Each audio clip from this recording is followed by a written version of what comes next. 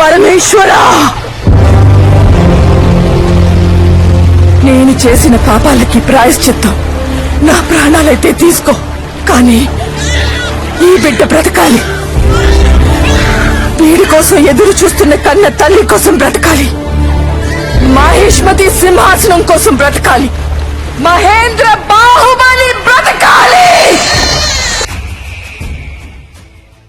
ఇచ్చిన వాళ్ళు చనిపోయి ఉండొచ్చు, కానీ ఇచ్చిన మాట బతికే ఉంటుందిగా అసలాంజీ.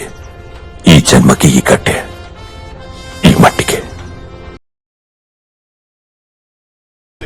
అమ్మ దాహం తీర్చడానికి మూగు జంతువు ప్రాణం ఎందుకెక్కని? ఉరకలు వేస్తున్న నా రక్తం సిద్ధంగా ఉంది. జై మహేష్మతి!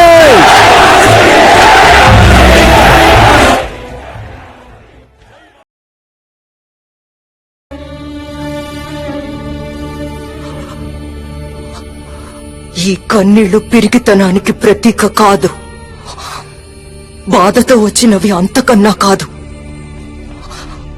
మరుగుతున్న నా రక్తం ఆవిరై కళ్లల్లోంచి ఈ రూపంలో బయటకొచ్చింది. ఆ కన్నీటి బొట్టులో ఉన్న వేడిసెగ మీకు తగిలి ఉంటే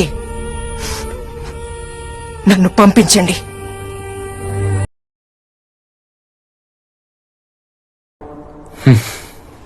సరే, మాటిచ్చాక తప్పుతుందా?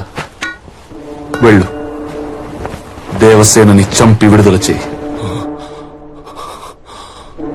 మరణాన్ని మించిన విడుదల ఏముంటుంది కట్టప్ప? వెళ్ళు.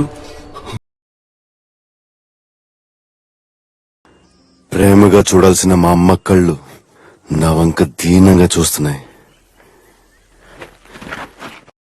నేనెప్పుడూ చూడని కళ్ళు నన్ను దేవుళ్ళ చూస్తున్నాయి. ఎవరో తెలియని తల్లి ఒంటి మీద గాయాలు చూస్తుంటే నా కళ్ళలో నెత్తుటేర్లు పొంగుతున్నాయి.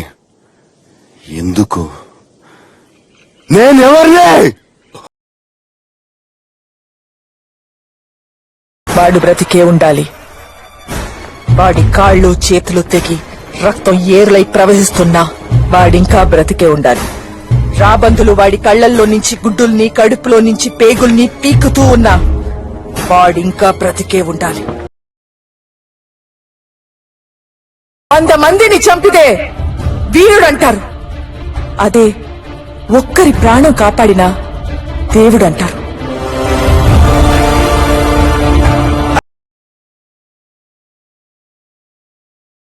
మహాసేన!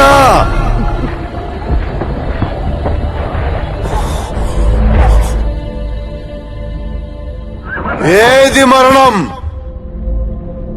మన గుండె ధైర్యం కన్నా శత్రు బలగం పెద్దది అనుకోవడం మరణం. రణరంగంలో చావు కన్నా పిరికితనంతో బ్రతికొనడం మరణం. మన తల్లిని అవమానించిన నీచుడు కళ్ళెదురుగా నిలబడి నవ్వుతూ దిగజూస్తుంటే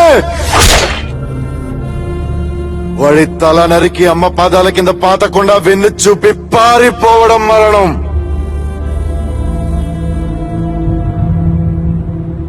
ఆ మరణాన్ని జయించడానికి నేను వెళ్తున్నాను. నా తల్లిని, నా నేలని ఏ నీచుడు నికృష్టుడు ముట్టుకోలేడని రొమ్ము చీల్చి నెత్తురు తాగి చెప్పడానికి వెళ్తున్నాను.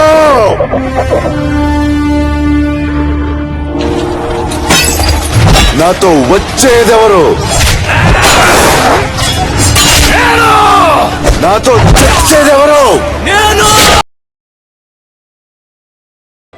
మాది తక్కువ జాతి. అయితే సరే, మాహిష్మతి యువరాజుగా ఆజ్ఞాపిస్తున్నాను. తినిపించు మామా.